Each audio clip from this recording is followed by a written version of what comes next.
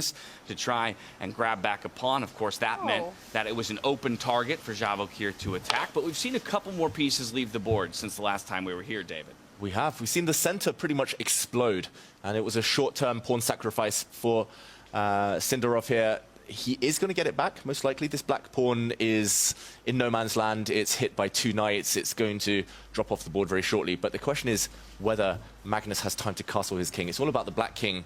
It's so vulnerable. There's an open line near it. You can imagine a bishop landing up on this diagonal, and that could come with a lot of pain. It feels like it's a matter of timing right now. If Sindarov can land a check, it's deadly. But does he have that one tempo that he needs? So Magnus trying to hold on to the pawn, at least for one more turn here. Yeah, if you've got to suffer, you've got to suffer for something. But David's idea, I mean, you could put it into play right now. Push that b-pawn 1 step forward, not giving Magnus enough time to take out the other knight and get his king to safety. And bishop a3 comes with huge effect there. So Magnus, will he be forced to give up his bishop pair in that line? It looks scary. Looks super scary. Really unpleasant for black.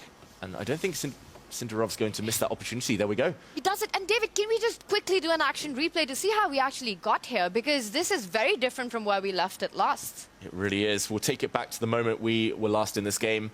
We saw the black queen attacked. She dropped back. And like Tanya said, everything comes with gain of time. Everything comes with a threat.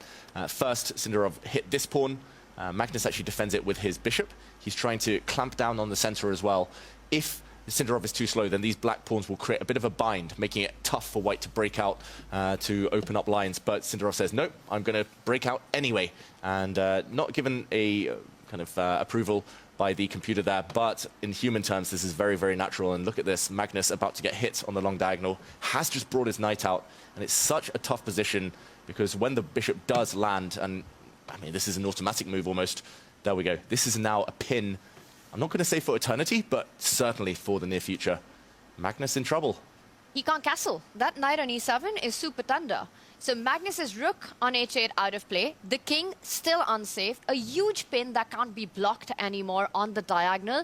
Sindarov down a pawn, but up what looks like an entire position right now. The pieces are coming out fast and quick. The other bishop, the light squared bishop, can land on the center of the board at some point, trying to eliminate a key defender from the position. So you've got all these big threats and ideas.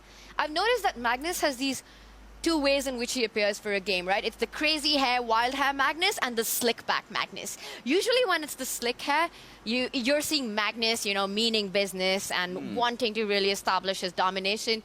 But David, this time it looks like it's backfired a bit. Maybe he had to stick to that crazy hair. Exactly. At least at the start of the day, you lull your opponents into a false sense of security. You look like you're a bit sleepy, just rolled out of bed. But then, second half of the event, slick back the hair, and they know you mean business. I mean, even for the likes of Magnus Carlsen, it's going to be tough to measure up against an opponent who's finding top-line moves, right? And that's what it is. Ever since given that just small advantage to work with, Javokhir has really put his foot on the gas, and more recently has started to pile the pressure. Engine really not liking this most recent move here from Magnus Carlsen, and now giving a 3-point advantage over to Javokhir Sindarov. Wow, that's almost decisive, Tanya. Like, if he finds the right moves now, he was reaching out for his knight there. He was going to capture this black pawn. The most natural move, also the strongest one, and Also, it's that pressure on the knights. it's on the board. You get rid of a key defender. And you can't grab that knight. The knight on e7 falls with a check. This might be a Javokhir Sindarov immortal game.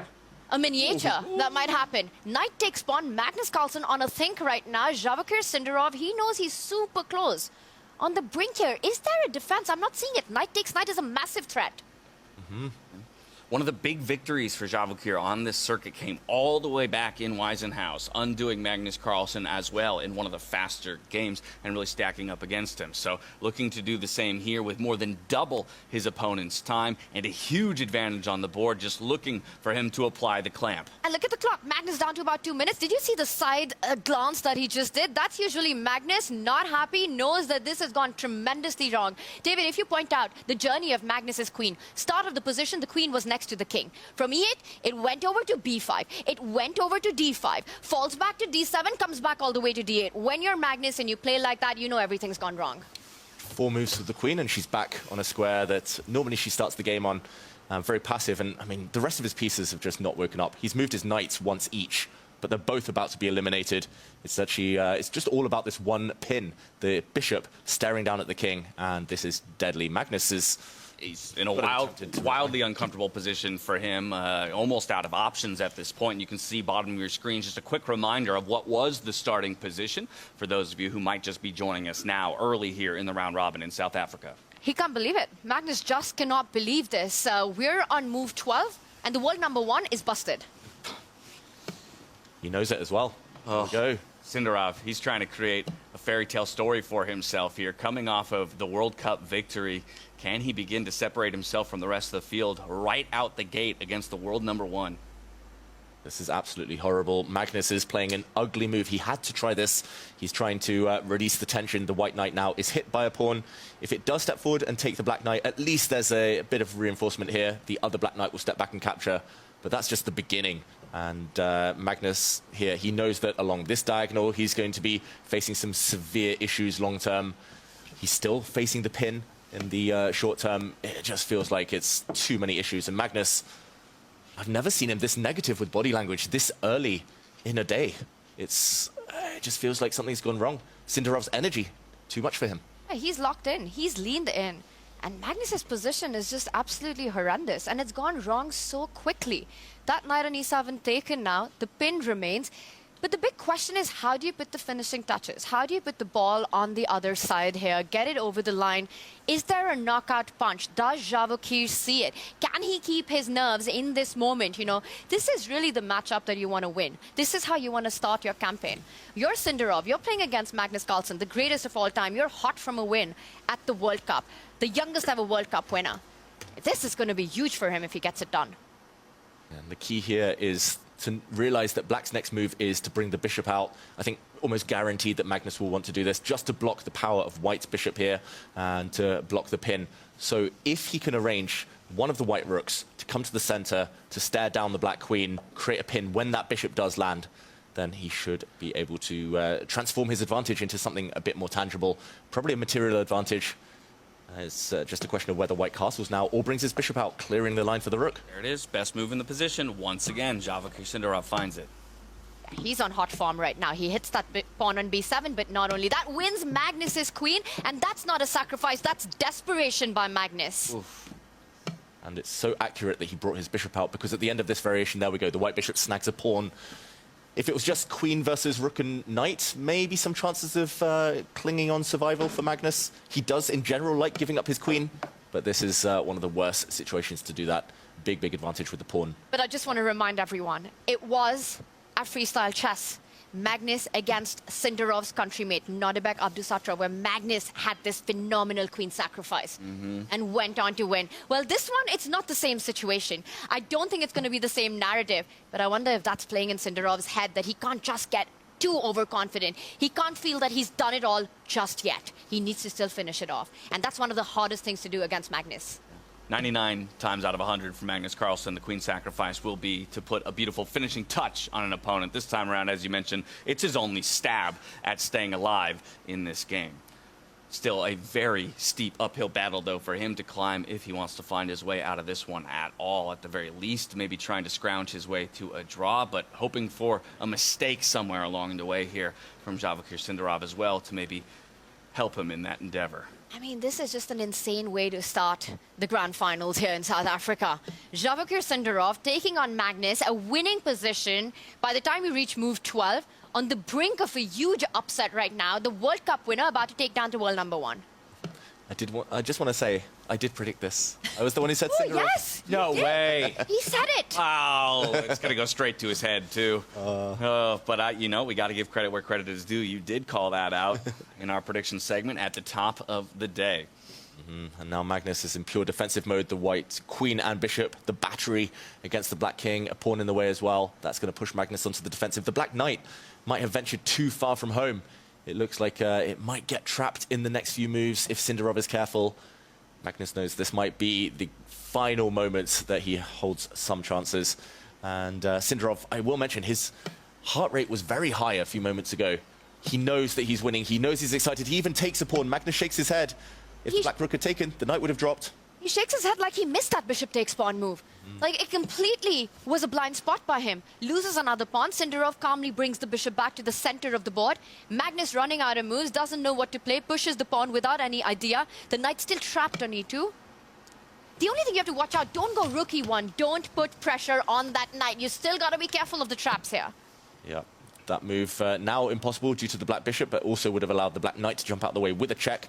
And the white rook would have been edible there. It would have been on a vulnerable square. So Sindarov is just bringing his king forward first, very professional, not allowing any back rank checkmates. Good tip for everyone at home. He's so excited though. Look at his heart rate. He knows he's 1 or 2 accurate moves away from winning this game. And Magnus at 76, knowing he's just a couple of moves losing, looks pretty calm to me there. I mean, this has also been amazing to watch from Magnus, that regardless of what's going on the board, you know, the heart rate just remains pretty level. And I think that's what also enables him to make his comebacks. Without a doubt. That's why you can never count him out in a tournament as a whole. But might be time to count him out of this game. Hard to believe that a player of Sindarov's caliber would find a way to let this one go, with the king now in a slightly safer position, and also having a quicker route to the center of the board once we have a little bit more liquidization, if you will, of the pieces. You can see a pretty distraught Magnus there as he leans back in his chair, reaching deep into his mind for any answers. You know, James, miracles happen on the chessboard, and they seem to happen a lot more when Magnus is on one side. So I would say it's still not completely over with Magnus until the last move is made. The game goes on. Sindarov doing everything right. How trivial is this to get the full point in for Sindarov? I think he's done the hard work. I think simply it's a maths equation now. You just need to trade off pieces and ultimately, with your queen, help your 2 extra pawns to walk forward. This is a great move. He's hitting the knight now. The knight doesn't really want to step to the side of the board and grab a pawn. That looks like it would be suicidal almost. The knight would surely be trapped there. And if the knight tries to save itself by taking a bishop, that's where the simplification begins. White will recapture. It looks like this is happening. And he's getting ever closer to being able to mobilize his pawns. Magnus just has to keep rooks on the board, but you can even trade them off if you wanted by force now. Sindarov, you can also start going for the black king. This is over. I think it's beyond hopeless now for Magnus. He resigned! There we go. Wow. And just like that, our first result of the game, it's none other than Javokhir Sindarov, hot off of his 2025 World Cup victory, coming in and dispatching the world #1 in Magnus Carlsen. In top form, Javokhir looks to be as he enters the final Grand Slam of 2025. Incredible scenes here. I mean, just how hopeless Magnus's position was. It shows he didn't even wait for Javokhir's response to that last move. Everything busted after move 12. What a brilliant handling, a clinical victory after getting the advantage there.